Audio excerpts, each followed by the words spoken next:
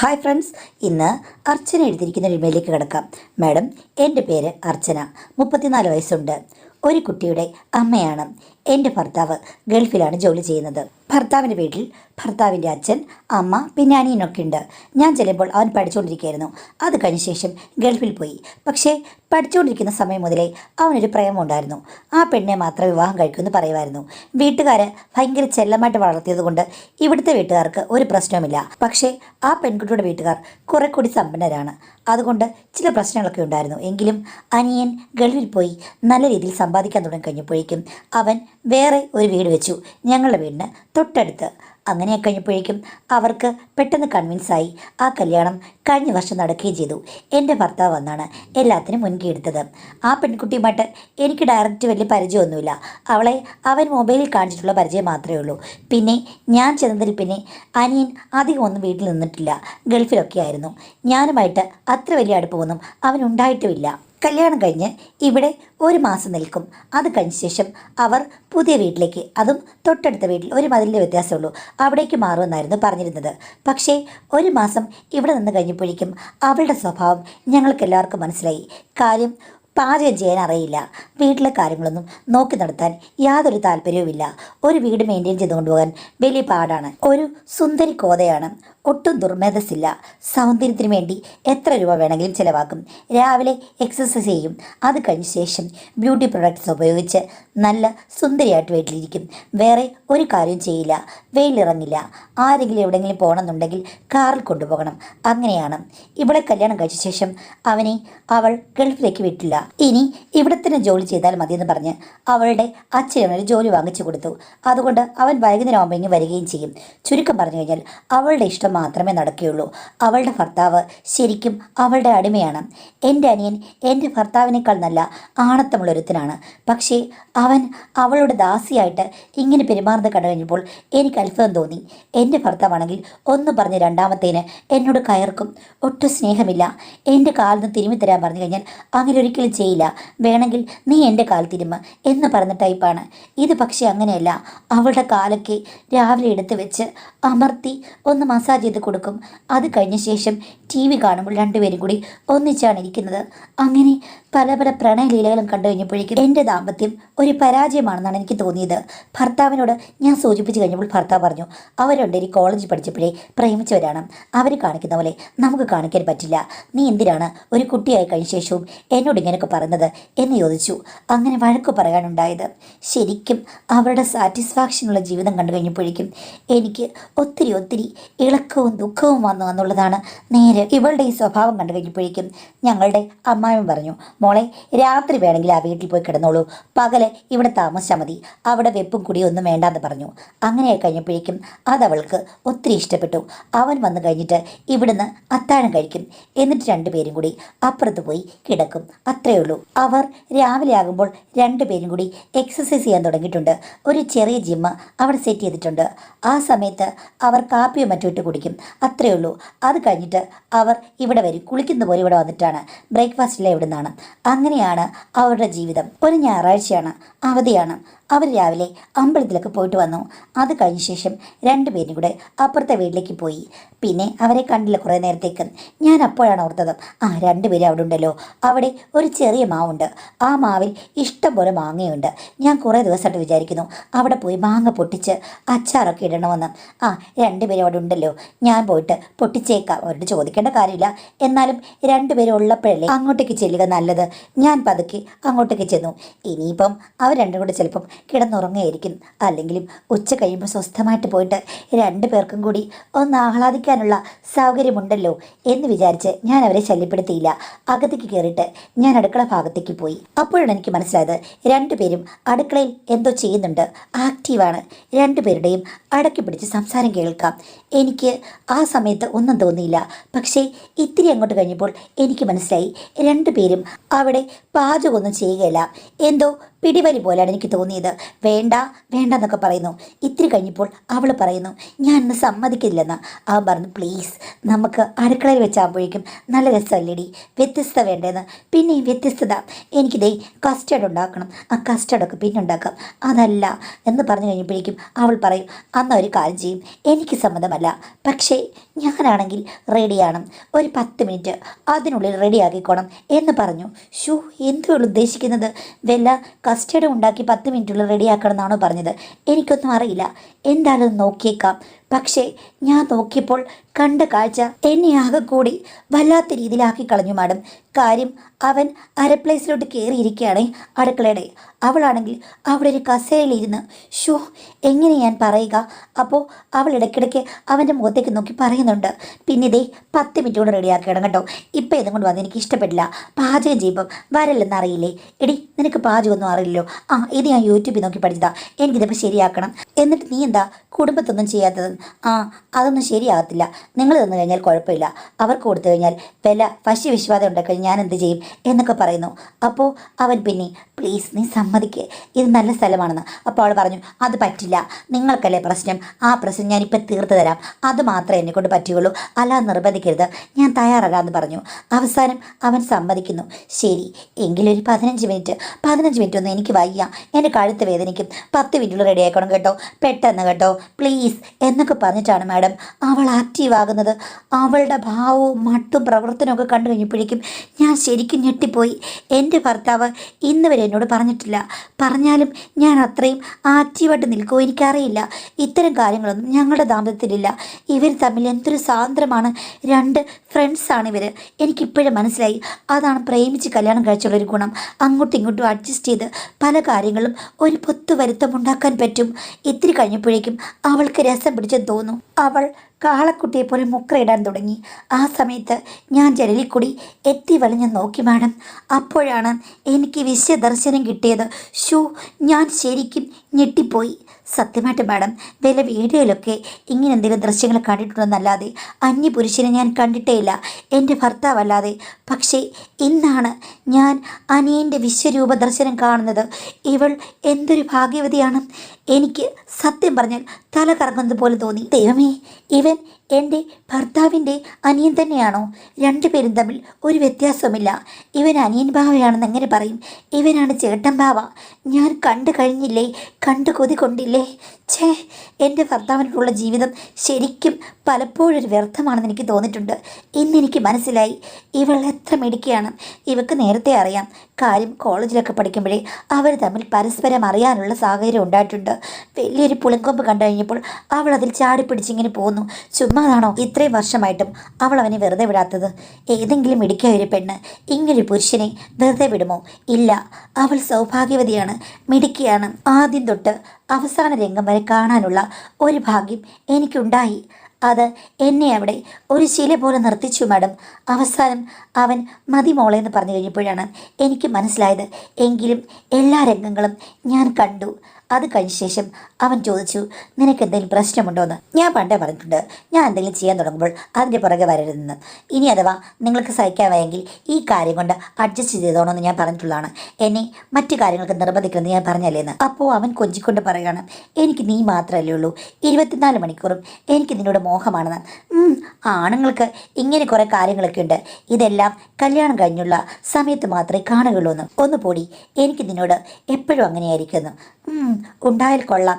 പിന്നെ നിങ്ങളുടെ ചേട്ടൻ്റെ സ്വഭാവം നിങ്ങൾക്കെങ്കിൽ പതുക്കെ കല്യാണം കഴിയുമ്പോൾ എല്ലാ താല്പര്യങ്ങളും പോകുന്നത്. അതെന്താ നീ എങ്ങനെ പറഞ്ഞത്?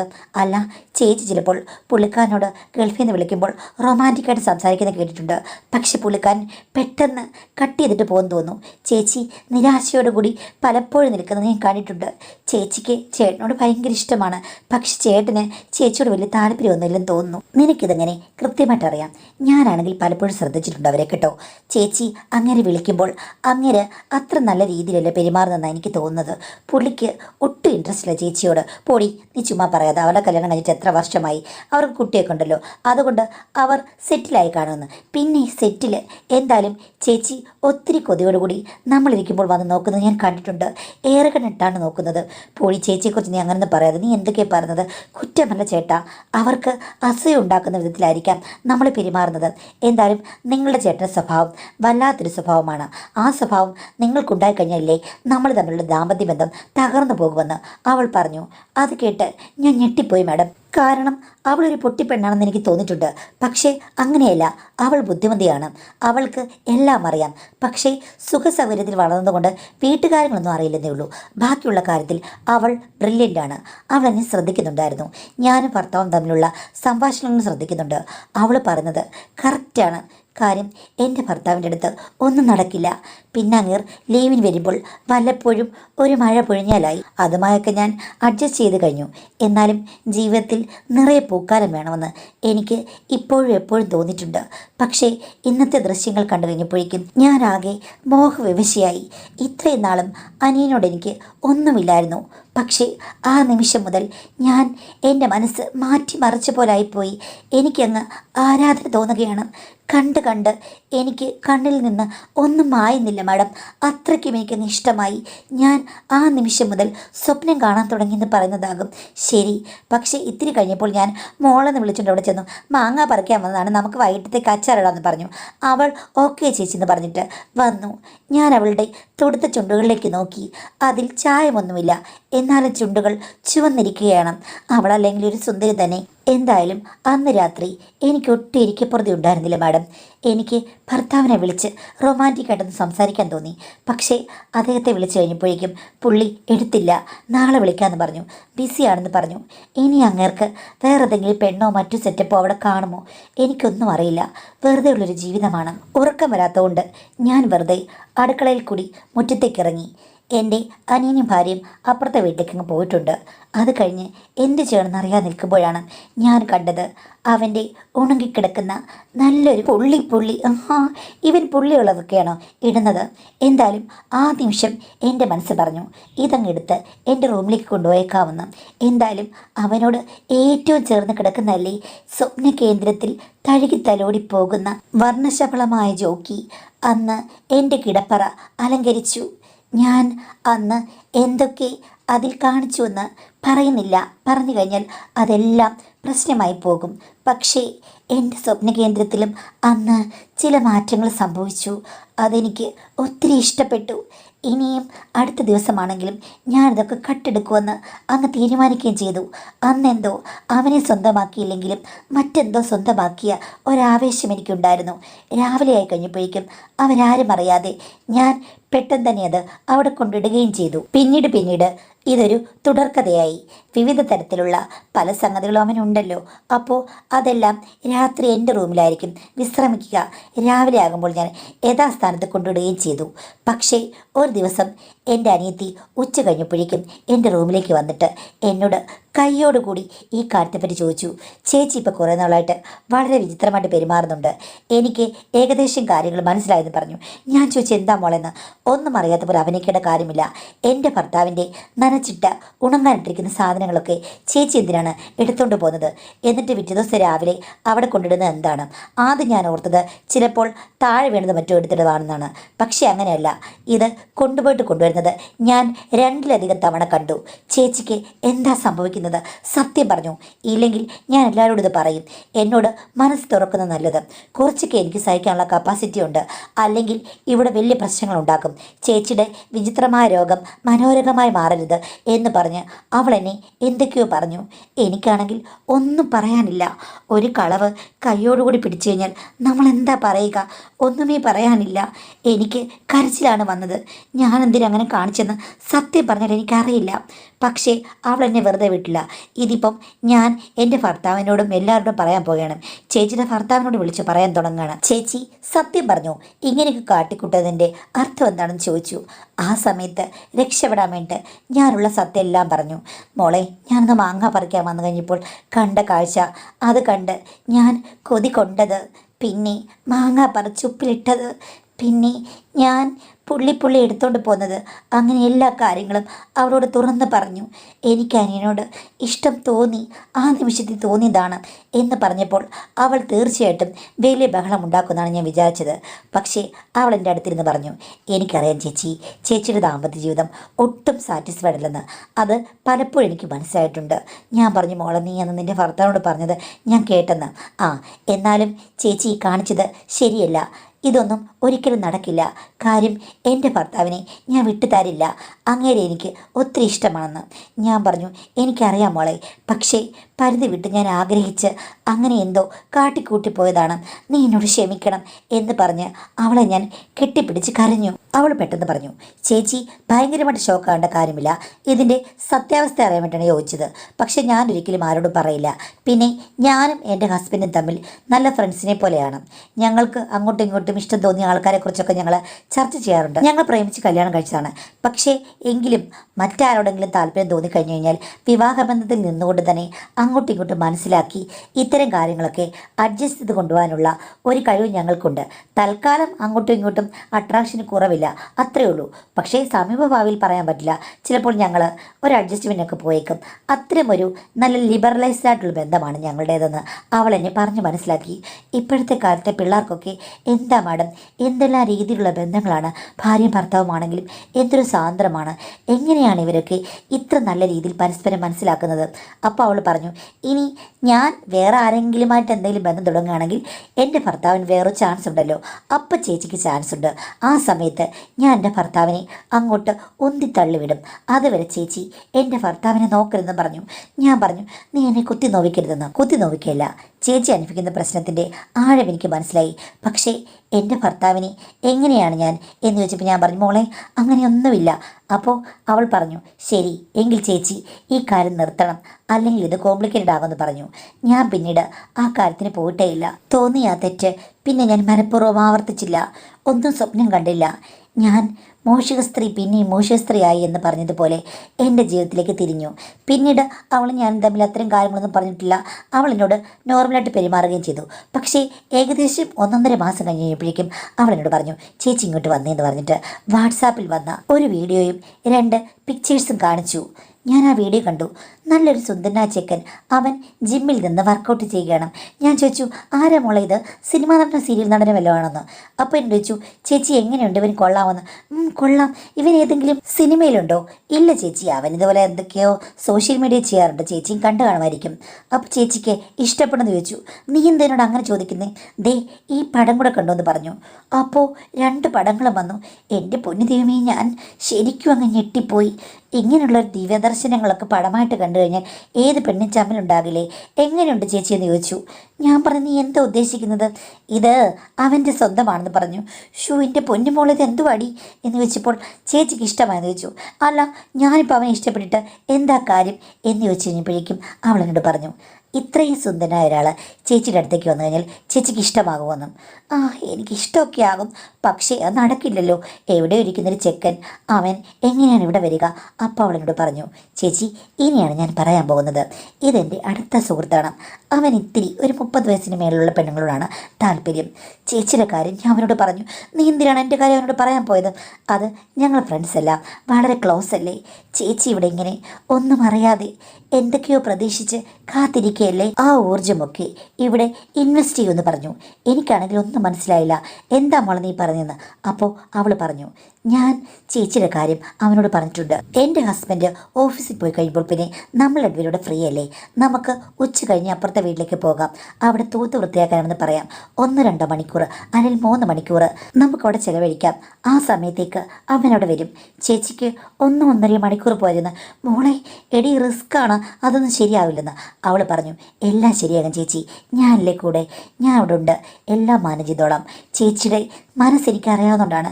ചേച്ചി ഒന്ന് സമ്മതിക്കൂ. അവനാണെങ്കിലും വിശ്വസ്തയായ ഒരാളെ കാണാൻ വേണ്ടിയിട്ട് കാത്തിരിക്കുകയാണ്. ചേച്ചിക്ക് പറ്റുമെന്ന് പറഞ്ഞു. അങ്ങനെ അവൾ എനിക്കത് ഫോർവേഡ് ചെയ്തു. ആ വീഡിയോ കണ്ട് എനിക്ക് പഴയ മനസ്ഥിതി ഒന്നുകൂടി. അവസാനം ഞാൻ സമ്മതിച്ചു. അങ്ങനെ ഒരു ദിവസം ഉച്ചയ്ക്കാണ് ഞങ്ങൾ രണ്ടുപേരും കൂടി അപ്പുറത്തെ വീട്ടിൽ പോയി കഴിഞ്ഞപ്പോഴേക്കും അവൻ വന്നത്. അവനാണെങ്കിൽ എന്നെ ഒത്തിരി ഇഷ്ടമാണെന്ന് ആദ്യം കണ്ടപ്പോഴേ പറഞ്ഞു.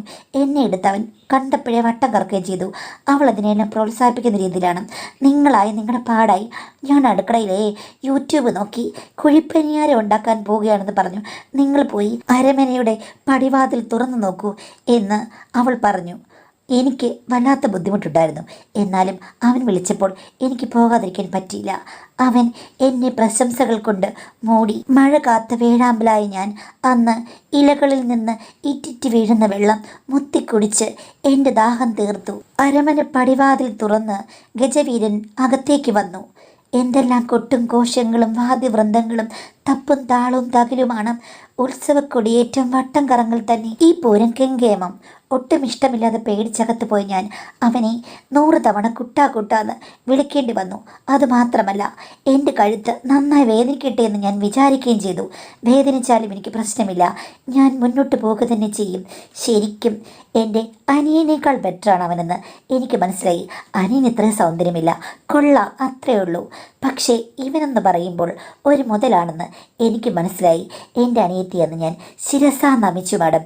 പക്ഷേ പിന്നീട് പല സമയത്ത് അവൾ തന്നെയാണ് അവനെ ക്ഷണിച്ചത്, അതും എനിക്ക് വേണ്ടി. എൻ്റെ ജീവിതം ശരിക്കും തളിരിടുകയായിരുന്നു. പക്ഷേ മാഡം, കഴിഞ്ഞ മാസം ഒട്ടും പ്രതീക്ഷിക്കാത്ത ഒരു സംഭവം നടന്നു. അവൾ അവൻ്റെ കൂടെ ഒളിച്ചോടിപ്പോയി. അതായത് എൻ്റെ അനിയത്തി ഈ വന്നവൻ്റെ കൂടെ ഒളിച്ചോടിപ്പോയി. ഇവർ രണ്ടുപേരും കൂടെ ഫ്രണ്ട്സാണ്. ഇവർ തമ്മിൽ വേറൊരു ബന്ധവുമില്ല. എനിക്ക് വേണ്ടിയിട്ടാണല്ലോ അവൻ വരുന്നത്. ഇങ്ങനെയാണ് ഞാൻ ധരിച്ചിരുന്നത്. വർഷങ്ങളായി പ്രേമിച്ച് ഭർത്താവുമായിട്ട് ഇത്രയ്ക്കും വലിയ കോർഡിനേഷൻ ഉണ്ടെന്ന് പറയുന്ന അവൾ അയാളുടെ കൂടെ ഒളിച്ചോടിപ്പോയത് ഞങ്ങളുടെ വീട്ടിൽ വല്ലാത്ത ഞെട്ടലുണ്ടാക്കിയിരിക്കുകയാണ്. എൻ്റെ അനിയനാണെങ്കിൽ ശരിക്കും തകർന്നിരിക്കുകയാണ്. ഭാഗ്യത്തിന് അവൾ എൻ്റെ കാര്യമൊന്നും പറയാത്തത് കൊണ്ട് ഞാൻ രക്ഷപ്പെട്ടു. ആർക്കും ഒന്നും അറിയില്ല. എങ്കിലും നിനക്കെന്തെങ്കിലും അറിയാമോ മോളെ? അവൻ എവിടുന്ന് വന്നാണ്, എവിടുത്തുകാരനാണ്, എങ്ങനെയാണെന്നൊക്കെ പലപ്പോഴും പലരും എന്നോട് ചോദിക്കുന്നുണ്ട്. ചില ആളുകളൊക്കെ അവനവിടെ കയറി വന്ന് കണ്ടിട്ടുമുണ്ട്. ഞാൻ ശ്രദ്ധിച്ചില്ല എന്നൊക്കെ പറഞ്ഞ് പിടിച്ചു നിൽക്കുകയാണ്. എനിക്കിപ്പോൾ ഈ ഫാമിലിയിൽ വലിയ സ്ട്രെസ്സാണ്. ഇതിനി എല്ലാവരും അറിയുമോ? അവൾ തുറന്നു പറയുമോ? ഇപ്പോൾ അവളെക്കുറിച്ചൊരു വിവരവുമില്ല. അവൾക്ക് ഈ വിവാഹബന്ധത്തിലൊരു താല്പര്യമില്ല. അവനെയാണ് ഇഷ്ടം എന്നാണ് ഇപ്പോൾ പറയുന്നത്. എന്ത് ചെയ്യണമെന്ന് അറിയാത്തൊരവസ്ഥയാണ്. അപ്പോൾ ആ വീട്ടിലെ സിറ്റുവേഷൻസ് നിങ്ങൾക്ക് മനസ്സിലായല്ലോ. ഒന്നിനും ഒരു ക്ലാരിറ്റി ഇല്ലാത്തൊരു സിറ്റുവേഷനാണ്. നല്ല രീതിയിൽ പ്രേമിച്ച് വർഷങ്ങളോളം കല്യാണം കഴിച്ച് പ്രണയിച്ച് വിപ്ലവം സൃഷ്ടിച്ച ഒരു പെൺകുട്ടിയാണ് 1 വർഷത്തിനുള്ളിൽ സ്വന്തം ചേട്ടത്തിക്ക് വേണ്ടി വിളിച്ചു വരുത്തിയ ആളുടെ കൂടെ ഒളിച്ചോടി പോയിരിക്കുന്നത്. ഇത് കേൾക്കുമ്പോൾ നമുക്ക് വളരെ വിചിത്രമായിട്ട് തോന്നാം. ശരിക്കും ഇവിടെ എന്താ സംഭവിച്ചെന്നുള്ളത് ഒരു പുകമറയാണ്. ആ പെൺകുട്ടിയുടെ മനോവ്യവസ്ഥ എന്ന് പറയുമ്പോഴേക്കും വളരെ വ്യത്യസ്തമാണ്. എനിക്ക് തോന്നുന്നു ഒരു പക്ഷേ അവൾക്ക് ഇഷ്ടമെന്ന് പറയുമ്പോൾ ഫ്രീ ആയിട്ട് നടക്കുന്ന ഒരു ഭർത്താവിനെ ആയിരിക്കാം. പ്രേമിച്ചു പോയി അവനെ ആ വഴിക്ക് കൊണ്ടുവരാൻ അവൾ ശ്രമിച്ചു കാണുമായിരിക്കാം. പക്ഷേ കല്യാണം കഴിയുമ്പോൾ അവൾക്ക് മനസ്സിലായി അവളെ മാത്രം ആരാധിച്ച് നടക്കുന്ന ഒരുത്തരാണ്. അവളുടെ തോന്യാസങ്ങളൊന്നും നടക്കില്ലായിരിക്കാം എന്ന് വിചാരിച്ചു കഴിഞ്ഞപ്പോഴേക്കും അവൾക്കുണ്ടായിരുന്ന കണക്ഷനിൽ നിന്ന് ഒരാളെ വരുത്തിയിട്ട് അവൾ സ്വതന്ത്രമായിട്ട് പിന്നീട് അവൻ്റെ കൂടെ പോയി കഴിഞ്ഞാൽ വളരെ അഡ്ജസ്റ്റ് ചെയ്ത് ജീവിക്കാം, അല്ലെങ്കിൽ സ്വതന്ത്രമായിട്ട് ജീവിക്കാമെന്ന് മോഹിച്ചിട്ടായിരിക്കുമോ അറിയില്ല.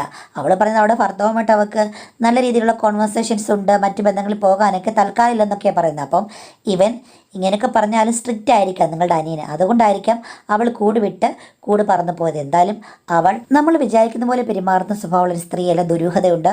അപ്പോൾ ഇനി എന്തെങ്കിലും ഇവരൊക്കെ കണ്ടുമുട്ടി ഈ കാര്യങ്ങളെപ്പറ്റി ചർച്ച ചെയ്യാനോ മറ്റോ വിവാഹമോചനത്തിൻ്റെ സമയത്തൊക്കെ എന്തെങ്കിലും ഉണ്ടാകുകയാണെങ്കിൽ ചിലപ്പോൾ നിങ്ങളുടെ കാര്യങ്ങളും അവൾ വെളിയിൽ വിട്ട് നിങ്ങളെയും ഇതിലെല്ലാം ആരോപിച്ചേക്കാം. എന്തായാലും അവളുടെ ഉള്ളിരിപ്പ് എന്താണെന്ന് നമുക്ക് അറിയാത്തത് കൊണ്ട് നിങ്ങൾ ജാഗരൂകമായിട്ടിരിക്കാൻ. നിങ്ങൾക്കൊന്നും അറിയില്ല എന്നുള്ള സ്റ്റാൻഡിൽ തന്നെ നിങ്ങൾ എല്ലാ കാലത്തും ഉറച്ചു നിൽക്കുക. അല്ലാതെ ഒന്നും ചെയ്യാൻ പറ്റില്ല. കാര്യം അവളെ സഹായിച്ചെന്നോ അവളുടെ ട്രാപ്പിൽ വീണെന്നോ അല്ലെങ്കിൽ അവളുടെ വ്യത്യസ്തമായ സ്വഭാവത്തിന് നിങ്ങൾ കൂട്ടുനിന്നോ നിങ്ങൾ കണ്ട് മോഹിച്ചെന്നൊക്കെ പറഞ്ഞു കഴിഞ്ഞാൽ ജീവിതം കുളമാകും. ഇതാണ് പറഞ്ഞത്, ഒരു നിമിഷത്തെ മോഹം അല്ലെങ്കിൽ മറ്റുള്ളവരുമായിട്ടുള്ള ബന്ധം നമ്മളെ വഴിതെറ്റിക്കുമെന്ന്. അങ്ങനെയാണ് ഇങ്ങനെ പോകുന്നത്. പക്ഷേ ഈ പറഞ്ഞതുപോലെ ചില മനുഷ്യർ പറയും അതിനെന്താണ് അവനവൻ്റെ ഇഷ്ടങ്ങൾ നടക്കണ്ടേന്ന്. ശരിയാണ്, പക്ഷെ നമുക്ക് കുടുംബത്തിൽ നിലനിൽക്കണ്ടേ? ഞാൻ എൻ്റെ ഇഷ്ടത്തിന് നടന്നു, എൻ്റെ ഇഷ്ടത്തിന് ജീവിച്ചു, എനിക്ക് ആരെയും കൂസേണ്ട കാര്യമില്ല എന്നൊരു സിറ്റുവേഷൻ ആണെങ്കിൽ മാത്രമേ നമുക്ക് എവിടെ നിന്നാണെങ്കിലും പറഞ്ഞു നേടാൻ പറ്റുകയുള്ളൂ. അതല്ലെങ്കിൽ മറ്റു പലരെയും സംതൃപ്തിപ്പെടുത്തിയും പല കാര്യങ്ങളും ഒളിച്ചു മറിച്ച് കൊണ്ടുപോയിട്ട് വരും. അവൾക്ക് കുഴപ്പമില്ല, അവളെ ഇഷ്ടമുള്ളിടത്ത് പോയി എന്ന് വേണമെങ്കിൽ പറയാം. അപ്പം നിങ്ങളുടെ കാര്യം വരുമ്പോഴേക്കും നിങ്ങൾക്ക് അങ്ങനെയല്ല. ഭർത്താവുണ്ട്, കുട്ടിയുണ്ട്, വീട്ടിൽ നല്ലവളായിട്ട് ഭാവിച്ച് ജീവിക്കേണ്ടി വരും. അപ്പം നിങ്ങൾ ജാഗരൂകമായിട്ടിരിക്കുക. അവൾ എന്തെങ്കിലും ആരോപണം ഉന്നയിക്കുകയാണെങ്കിൽ ആ സമയത്ത് എനിക്കറിയുകയില്ല, എന്നെ അവൾ ബലിയാടാക്കുകയാണ് എന്ന് പറഞ്ഞ് വലിയ തെളിവില്ലാത്തതുകൊണ്ട് നിങ്ങൾക്ക് രക്ഷപ്പെടാം. അങ്ങനെ കരുതിയിരിക്കുക എന്നുള്ളതല്ലാതെ ഇതിനിപ്പം നമ്മൾ എടുത്ത് പ്രയോഗിക്കാൻ മാത്രം എന്തെങ്കിലും ഒരു പരിചയം നേരത്തെ കരുതി വെക്കാൻ പറ്റില്ലല്ലോ. സോ കുറച്ചുകൂടെ ശ്രദ്ധയോടെ ജീവിക്കാൻ ശ്രമിക്കുക, അലുകുലത്തുകളിൽ ചെന്ന് ചാടാതിരിക്കുക.